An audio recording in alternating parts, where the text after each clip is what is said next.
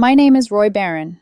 I'm 31, and 3 months ago, I learned a truth that still tightens my chest when I think about it. You can love someone for years, build a life with them, plan a future so real you can almost touch it, and still not realize you've already been replaced.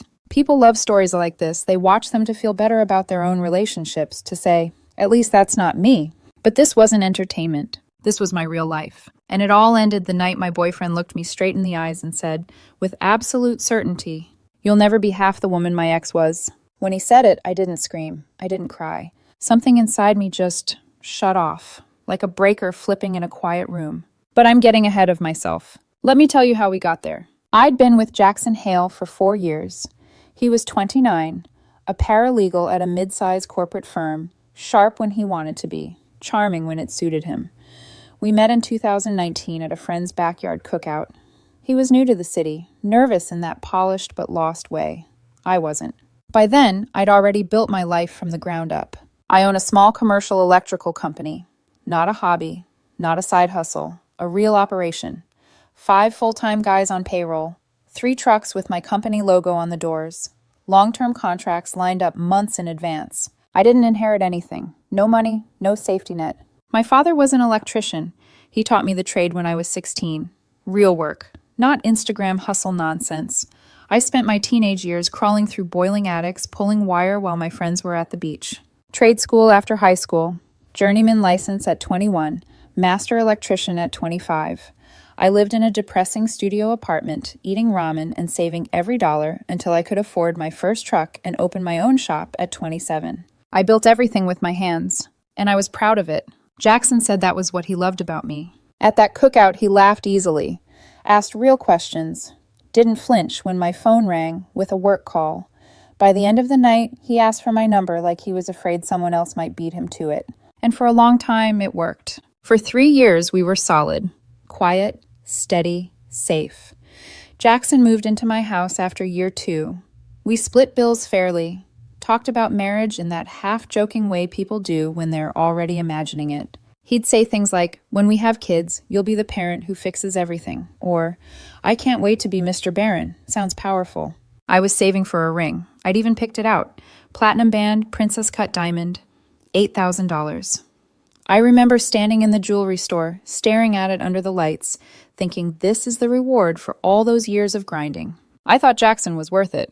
Then his ex came back into our lives. Her name was Elliot Reeves. Yes, Elliot. She was 33, corporate finance, the kind of woman who didn't walk into a room so much as arrive.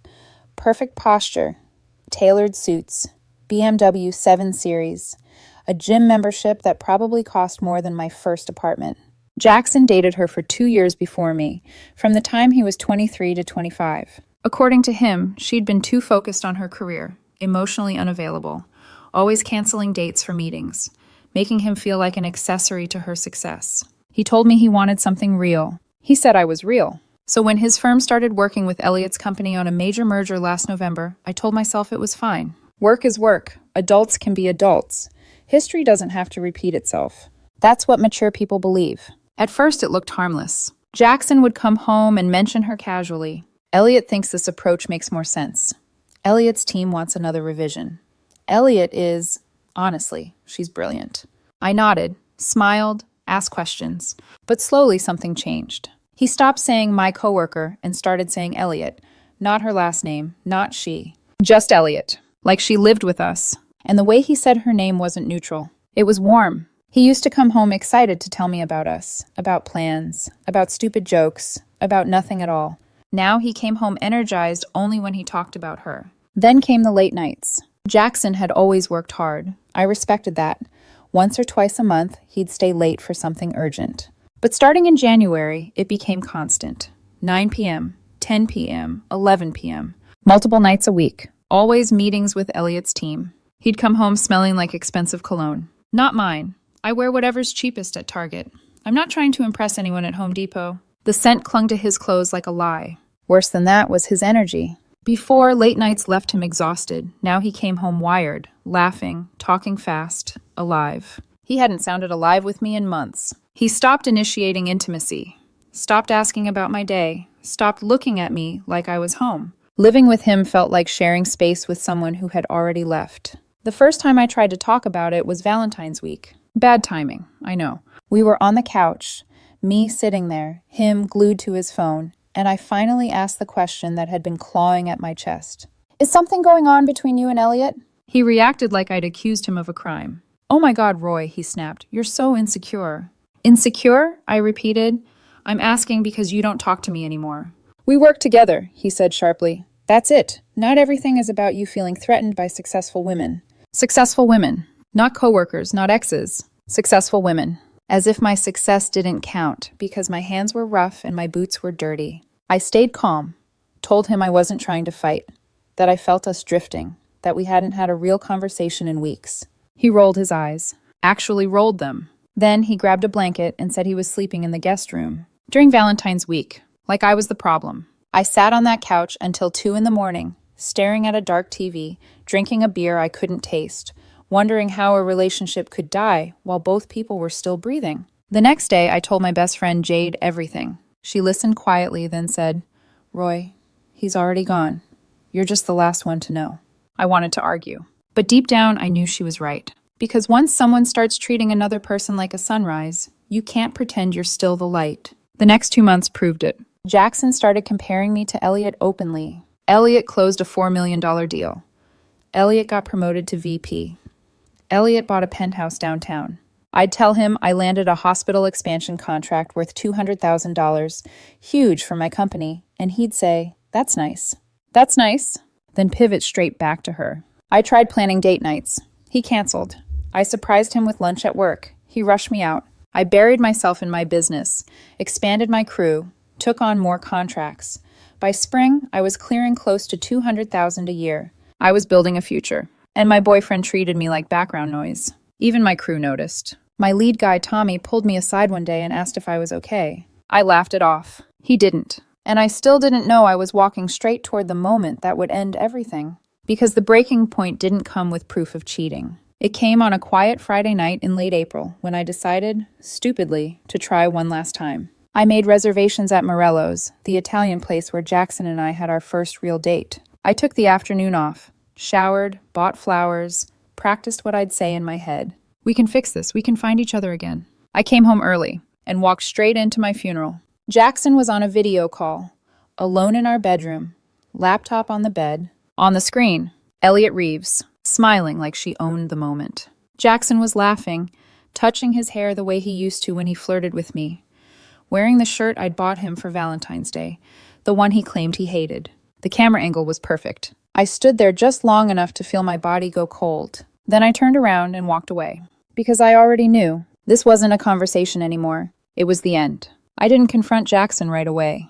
That's the part people don't understand when they hear the story later. They ask, why didn't you blow up? Why didn't you scream? Because sometimes the hurt is so sharp, your body goes quiet just to survive it. I walked past the bedroom like I hadn't seen anything. Took a shower in the guest bathroom. Let the water run hot enough to fog the mirror, like maybe I could steam the image of him and Elliot out of my head. I dressed slowly. Put on the outfit I'd planned for dinner. The one that made me feel like myself again. Not a contractor, not a boss, just a woman trying to save something that mattered. When I walked into the living room, Jackson was already there, sitting stiffly on his couch, arms crossed, jaw tight, ready for a fight. What? He snapped, before I even opened my mouth. I held up the flowers. They felt ridiculous now, heavy, out of place. Are we still going to dinner? I asked. He stared at me like I was speaking another language. I'm not going anywhere with you, he said. Not when you're clearly in a mood about me talking to a colleague. A colleague. I set the flowers down on the counter as carefully as if they might break. Right, I said, a colleague. I grabbed my keys. I'm heading out.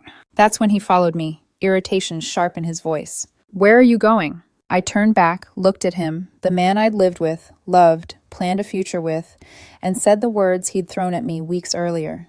Not everything is about you. Then I walked out. I went to Morello's alone, sat at a table for two while couples around me laughed, shared plates, leaned in close. The waiter kept glancing at the empty chair across from me, clearly debating whether to ask. Finally, he did. Is your date joining you tonight? No, I said, he's not. He nodded slowly, brought me a glass of wine I didn't order, comped dessert I didn't touch. I stared at the candle on the table and realized something terrifying. I wasn't crying. I wasn't angry. I just felt done. After dinner, I went to Jade's place with a six-pack and a bottle of bourbon. Told her everything. The late nights, the comparisons, the video call. She listened, jaw tight, eyes dark. "Roy," she said finally, "he's already checked out. You know that, right?" "I know," I admitted. "So what are you going to do?" That was the question I'd been avoiding. Part of me wanted to fight for the relationship. 4 years isn't nothing. We had good memories, real ones. But another part of me, the part that built a business from nothing, knew when to stop pouring effort into something that was already bankrupt. I got home around midnight. Jackson was still awake, sitting in the living room like he was waiting for a teenager to come home past curfew. "Where the hell were you?" he demanded. "With Jade," I said, "talking." "You just left," he snapped. "Didn't even bother to text me." The irony almost made me laugh. "You mean like you text me when you're working late with Elliot?" His face flushed red. "Oh my God, we're really doing this again? I am so sick of your insecurity." "I'm not insecure," I said calmly. "I'm just not stupid." His eyes narrowed. "What's that supposed to mean?" "It means I see what's happening," I said. "You're falling for your ex again. Or maybe you never stopped. And I'm just the safe backup plan." That's when he lost it. He started ranting about pressure, about expectations, about how demanding his job was. Then he said the thing I'll never forget. "You wouldn't understand," he snapped. "You just wire buildings all day." Just wire buildings. Like my career was a joke. Like the years of sweat, the people I employed, the life I built meant nothing because I didn't wear a suit. I stayed calm. Told him maybe he was right. Maybe he would be better off with someone who understood his world. Someone like Elliot. That's when he looked at me, really looked at me, and delivered the final blow. "You'll never be half the woman she is," he said. "She's ambitious, she's driven, she's going places. And you're just comfortable." "You've peaked, Roy," he added. "This is it for you." The room went silent. And in that silence, something in me died. Not the hurt. The hope. I looked at him and felt absolutely nothing. "No," I said quietly. "You're right." That seemed to throw him. "I'll never be Elliot," I continued. "So go be with her." He backpedaled immediately. "I didn't mean it like that." "Yes, you did," I said. "And that's fine, but I'm not going to be your backup plan." I told him to pack his things. He laughed at first, then realized I wasn't joking. "This is my house," I said. "Your name isn't on the deed. You have until Sunday." He panicked, cried, apologized, said he loved me. I slept in the guest room with the door locked. For the first time in months, I slept peacefully. The next morning, Jade showed up with new locks and a grin. "Heard you finally grew a spine," she said. Jackson spiraled while we changed the locks. By Sunday afternoon, he was gone. 4 years, reduced to boxes in the driveway. And as I watched him leave, I felt one thing: relief. The days after Jackson moved out were loud in the quietest way. My phone wouldn't stop buzzing. Texts from his friends, calls from numbers I didn't recognize, voicemails that started calm and ended angry. I was heartless, I was dramatic, I had blindsided him. His sister left a 5-minute voicemail where she didn't take a single breath, telling me I'd ruined his life over one argument. I deleted it halfway through. The only message I answered came from his dad. "I'm sorry, Roy, you deserve better." That one stuck. Jackson went straight to social media. Long posts about choosing peace and outgrowing relationships. Carefully vague, perfectly curated.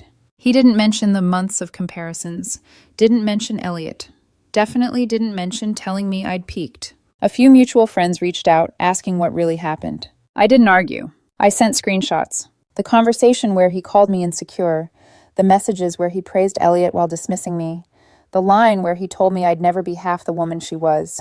The questions stopped after that. 2 weeks later, Jade sent me a screenshot. Jackson had updated his relationship status. In a relationship with Elliot Reeves. There they were, smiling at sunset on some rooftop bar downtown, his arm around her like a prize he'd finally reclaimed.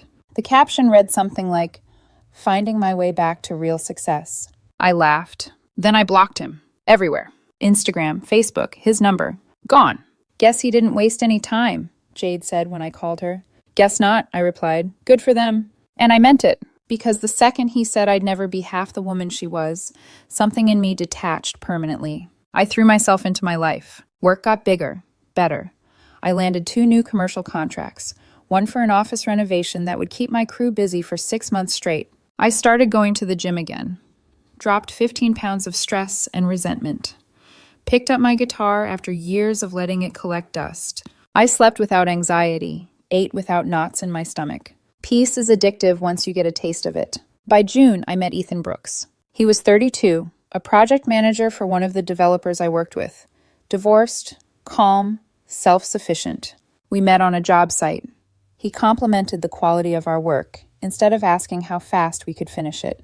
That alone caught my attention. Coffee turned into dinner. Dinner turned into easy laughter. No comparisons, no ego games. He liked that I ran my own company. Thought it was impressive, not threatening. Novel concept. Life was good. Then, late one Tuesday night, my phone started blowing up. Missed calls, texts piling up. They were from Mara, Jackson's sister. Please answer. It's an emergency. Roy, she needs you. I almost ignored it. Almost. But something about the panic in the messages felt different. I excused myself from Ethan's place, stepped into his kitchen, and called her back. She answered sobbing. Oh, thank God, she's in the hospital. My stomach dropped. What happened? She was attacked, Mara cried, outside Jackson's building. My chest went cold. Is she okay? Physically, yes, bruises, scrapes, but she hesitated. Jackson just stood there. What do you mean? He didn't help her, didn't yell, didn't chase the guy, didn't even call the police. A stranger did.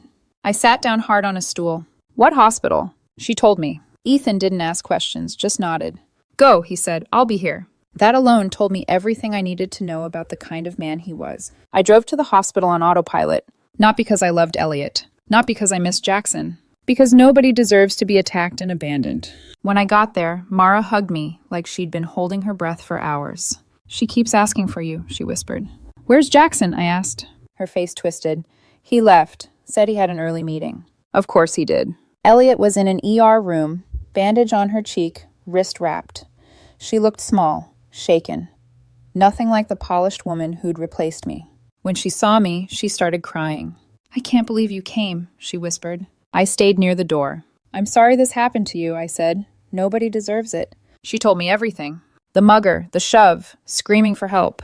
Jackson standing frozen. He said he didn't want to escalate, she sobbed. Something about liability. I felt sick. What kind of person hides behind policy while someone they love is hurt? When she asked if I could stay until she was discharged, I said yes. Not because I owed her. Because I'm not cruel. She couldn't go back to the penthouse that night. So I drove her to my place. One night, I said firmly. That's it. She slept on my couch. I slept in my bed. And I knew, deep down, that this wasn't over yet. Because kindness always gets misunderstood by people who mistake it for weakness. I woke up the next morning to the sound of my coffee maker. For half a second, I panicked. Muscle memory reaching for a life that didn't exist anymore. Then I remembered. Jackson was gone. Elliot was on my couch. And my life was mine again. I walked into the kitchen around 8 and found her standing there in socks and one of my oversized sweaters. The same one Jackson used to steal and pretend he didn't like. Morning, she said softly, like she was afraid I'd change my mind and throw her out. You didn't have to make coffee, I said. I know. I just wanted to do something. She gestured to the eggs on the stove. I hope that's okay. It's fine, I said, keeping my distance. We ate in silence. Finally, she took a shaky breath. I need to say something. I didn't respond, just waited. I was horrible to you, she said. Not just at the end, for months. I convinced myself that what Jackson represented, status, money, that world, was what mattered. That you weren't enough because you weren't him. I met her eyes. You told him I'd never be half the woman you were, I said quietly. She flinched. I know, she whispered, and hearing myself say it now, God, I don't know how you didn't hate me.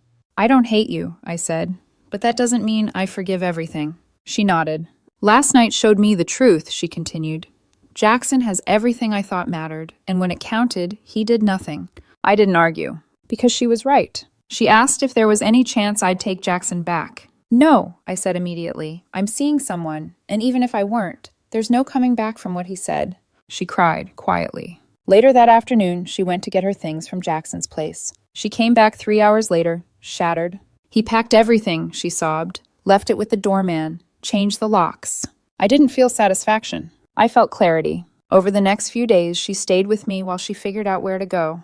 We talked about mistakes, illusions, and how people confuse success with character. On day 4, her friend picked her up. Before leaving, she looked at me and said, You are the better woman. I see that now. I nodded. I hope you never forget it. Months later, she stopped by my job site.